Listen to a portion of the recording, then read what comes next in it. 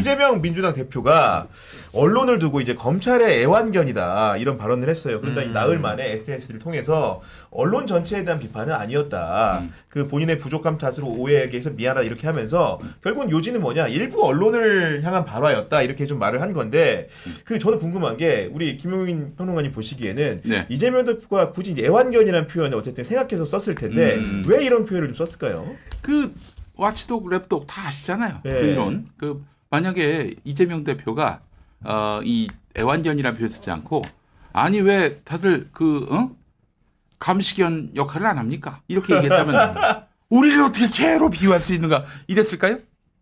아니 그러니까 그 애완견, 감시견은 견에 너무 집중을 하는데 실상은 그 기자들을 언론인들을 이제 비유하는 그런 개념이라고요. 근데 사실 용하다. 애완견 견에 너무 집중들 하시는 것 같아요. 그거는 이제 바람직하지 않다고 보고 물론 이제 뭐 그 이론 때문에 하신 얘기예요. 그 양반이 그런 분야로 좀 밝은 분이기 때문에 그 이론들의 해박한 분이기 때문에 이제 그렇게 얘기를 했던 것 같은데 우리 언론들 말이죠. 한번 좀 성찰할 필요가 있어요. 뭐 안 그런 언론도 있습니다. 경향신문 같은 경우 대표적으로 그 이런 거죠. 검찰이 정보를 줍니다. 기자들한테 정보를 받아가지고 그대로 실어요. 왜냐면 검찰이 준 정보니까. 이래서 이 언론사는 검찰에게 굉장히 나름대로 이쪽에 빚을 지는 거 아니겠습니까? 검찰이 언론에게 빚을 뭐 지는 거 그렇겠죠. 아니겠습니까? 네. 그래서 실제로 모 언론사 같은 경우 기자들이 어떤 그런 형사범죄에 연루가 됐는데 이걸 뭐 봐준 경우도 있고요. 또 사주에 어떤 그 비위가 있었을 때 그걸 또 검찰이 봐준 경우도 있고요. 네. 또 검찰은 검찰대로 어떤 이익을 취할 수 있느냐. 이렇게 언론사가 보도함으로써 여론이 형성된단 말이죠. 그 사람이 출석 조사를 받기 전에 만신창이가 되는 거예요. 한마디로. 그 보도에 의해서. 이렇게 검은 공생관계가 이어졌고 계속해서 그런 어떤 검찰과 언론의 검언유착으로 인해서 사건의 본질과 진실은 완전히 헝클어지고 왜곡되고 그래서 그 사람은 나중에 1심 받기도 전에 아니 재판 중에도 그냥 완전히 뭐 그냥 송장이 돼버리는 거예요. 좀비가 돼버리는 거예요.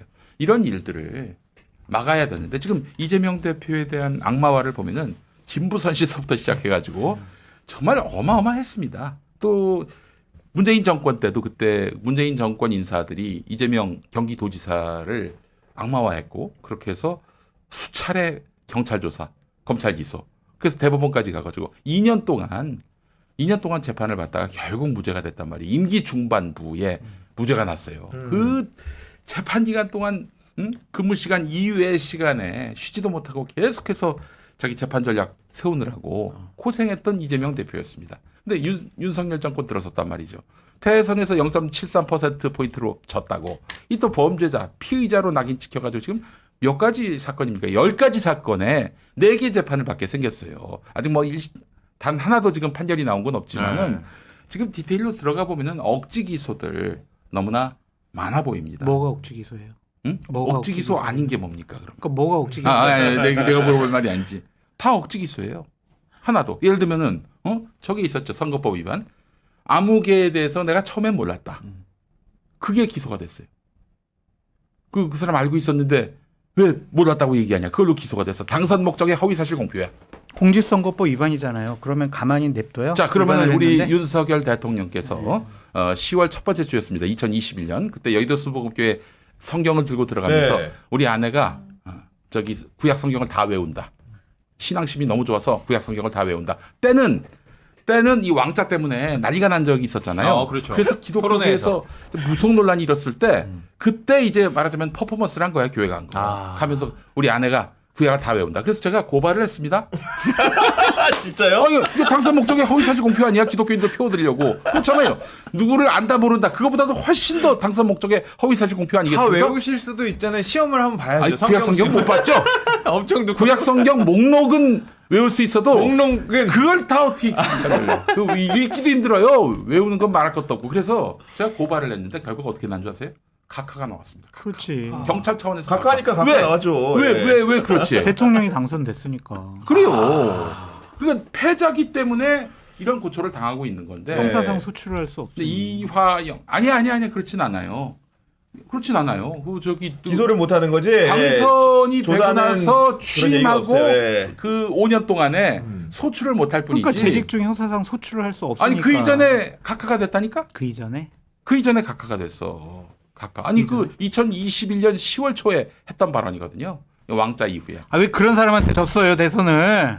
에? 그거는 깊이 반성해요. 아니 롱카님이 우리 장모는 10월 한 장 손에 끼친 적 없다 뭐 이런 발언도 있었다고 이렇게 상기를 좀 그렇지. 시켜주셨는데 그러니까 저도 거짓말 많이 했다라고 생각을 하고 비판을 많이 했어요. 그래서 저도 보수파 진영에서 개 XX 소리 듣고 있는데 국민과 피의자의 권리는 여야나 진영을 떠나서 저는 평등하게 적용이 되어야 한다라고 말씀을 드리고 자꾸 이재명 당대표 억울해라고 얘기하시지만 지난 박근혜 정권 때 있었던 많은 분들 국정농단, 사법농단 이거에 당시 막 검찰에서 소환 조사하고 기소할 때 그 사람들은 왜 피의자 권리를 왜 존중해주지 않았어요? 글쎄 말입니다. 당시 서울중앙지검장 윤석열, 그리고 그 사람을 누가 서울중앙지검 임명했어요? 3차장 한동훈. 그 사람을 각성해야 합니다. 누가 임명했냐고요? 예. 윤석열 문재인 대통령과 법무부 장관이 임명했잖아요.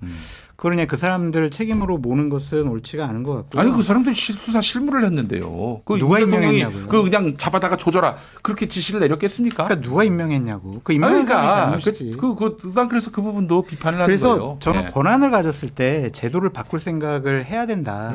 근데 자신들이 권한이 없다고 이전에 바꾸지 못한 제도를 야당이기 때문에 법률로서 바꾸겠다라고 하는 게 과연 맞는 거냐, 모순된 행동이 아니냐 그런 비판을 좀 하고 싶은데 방송사법 전 통과되길 바래요. 그리고 그래, 최상병 그래서 특검도 통과되길 바래요. 성철이 형이 그래야 자유롭게 발언할 수 맞아. 있어요. 그렇죠. 안돼 안돼 여기 만약에 통과되면 네. 여기 안 나올 것 같아. KBS 묵기 막 이제 이런 거지. 시간이 없어가지고. 안 돼, 안 돼, 근데 안 돼, 안 돼. 김용민 이사장님이 하신 말씀 다 동의를 하는데 제가 이제 동의를 못하는 부분들은 왜 그러한 보호 권리가 이재명 당대표에게만 적용이 그렇진 않아요. 돼야 되느냐. 그렇진 않아요. 그런 것들을 좀 문제 삼고 싶다라고 말씀을 드리고요. 어쨌든 제도적인 개선을 통해서 우리 사회가 좀 더 나아졌으면 좋겠다는 게 제 생각이에요. 여야를 떠나서 진영을 아니 떠나서. 솔직히 허재문 씨도 궁금한 네. 게그 애완견 발언 어쨌든 간에 허재문 씨도 관심 많이 받잖아요. 좀 솔직하게 네. 어떤 생각 들었어요? 애완견 발언에 집중하는 언론들. 사실 저는 이게 기자들이 지금 좀 뭘 물어야 될지 모르는 상황 속이었는데 애완견이 나오다 보니까 여기에 이제 좀 집중을 하고 애완견만 좀 때리는 것 같은데 저도 거꾸로 교영이 형한테 궁금한 게 이게 검찰이나 정부에서 정보를 흘려준다라는 표현을 아까 목사님이 하셨지 않습니까? 피해 사실 공표. 네, 이렇게 네. 공표를 살짝 흘려주는데 이게 친한 사이면 더 잘 주는 거예요? 정보를? 좀 가깝다. 소통이 잘 된다. 그 예전에 그 한동훈 전 법무부 장관이 검사로 있을 때 그 양반 별명이 한동훈 편집국장이었어요. 왜 그러냐면은 예를 들면 이제 한겨레나 경향 같은 경우 진보적이고 진취적이잖아요. 이쪽이 좋아할 기사를 또 이제 이렇게 주고. 피의 사실 저는 아닙니다. 아니 경향신문이 그랬다는 게 아니라 저는 오해하지 마세요. 네. 저를 밝히지 마세요. 그러니까 언론사의 성향과 어떤 지향별로 각각 색깔이 있잖아. 네. 그쪽이 좋아할 만한 거 주고. 아니, 경향신문이 받았다는 얘기 아닙니다, 여러분. 오해하지 마시고. 예. 뭐 예컨대 그렇게 하는 네네. 건데 뭐 그렇듯이 그렇게 또 어떤 경제신문이 관심을 가진 사안이다. 그러면 뭐 대기업 관련한 정보를 슬쩍 준다든지 그런 일들이 있었다고 하더라고요. 근데 제가 간략하게 설명드리면 제가 네. 기자니까 듣고 맞아요. 싶을 거 아니에요. 너무 궁금해. 원래 수사라는 거는 정보의 비대칭이 너무 심해요. 수사라는 사람이 100을 알고 있으면 사실 언론을 통해 공표되는 거는 점 같은 일들이고 나머지 얘기들은 공판 중심주의가 확립이 된 이후에는 법정에서 현출이 될 거예요. 근데 거기 기소되기까지 단계에서는 수사가 동력을 얻기 위해서 언론이 필요로 하는 경우가 있고 언론도 그런 검사들의 행위가 공익적 목적에 부합한다고 믿을 때 사실은 그런 얘기들을 듣고 쓰는 건데 그치. 그런 것들이 때로는 그런 공익적 목적과는 다르게 뭔가 이제 사심을 가졌다거나 혹은 이렇게 결탁을 한다든지. 그런 문제가 됐을 때 사실 문제가 되는 포인트들이 생기는 거기 때문에 그러니까 무슨 얘기인지 아셨죠? 네, 그렇기 네. 때문에 무조건 알려준다고 쓰는 건 아니고 알려주면 그 내부적인 토의를 거쳐서 이거를 보도해도 될 만한 성질의 것인지를 기자들이 따져보기는 합니다. 근데 아까 말한 것처럼 경향은 그래. 네. 경향은 그래. 그러나 정보가 비대칭이기 때문에 압도적 우위 속에서 그런 재료를 받았을 때 사실은 유혹이 안 간다고 하면 기자 거짓말이죠, 당연히. 예. 이런 경우도 있습니다. 검찰이 좀 밉보이는 언론이 있을 거 아니에요? 검찰에 대해서 비판하고 또 저 검사장에 대해서 집요하게 판다든지 뭐 이런 식으로 그러면 정보를 안 줘. 정보를 안 주면 그 기자는 서초동 출입하는데 무능한 기자로 낙인 또 찍히는 수가 있다고요. 물론 경향은 그렇진 않지만은 다른 이런 수구 언론사들은 그런 경우가 많이 있어요. 아니, 그래서 그러니까 곰곰이 생각을 해보니까 이 검찰에서도 이렇게 정보의 비대칭이 있는데 근데 어디를 보면 딱 아는 느낌인 게 전용기에 MBC 안 태웠잖아요. 예, 뭐 그런 것도 보면은 이게 정말 깔려 있구나 이런 어떤 근데 이제 또 언론과의 이게 관계가. 서초동 그 법조 출입 기자들하고 또 그 여의도 국회 출입하는 기자들이 다른 게 뭐냐면 여의도 국회 기자들은 그래도 따져 묻고 관계의 중요성에 뭐 진실 보도가 눌리진 않아요. 따질 건 따져. 그 검찰에서 늘 그냥 빨아주던 기자만 주변에 뒀던 윤석열 대통령 등 이런 사람들이 국회 정치 와 가지고는 애를 먹는 거지. 애를 먹는 거지. 옛날에는 말 잘 들었는데 왜 이러지?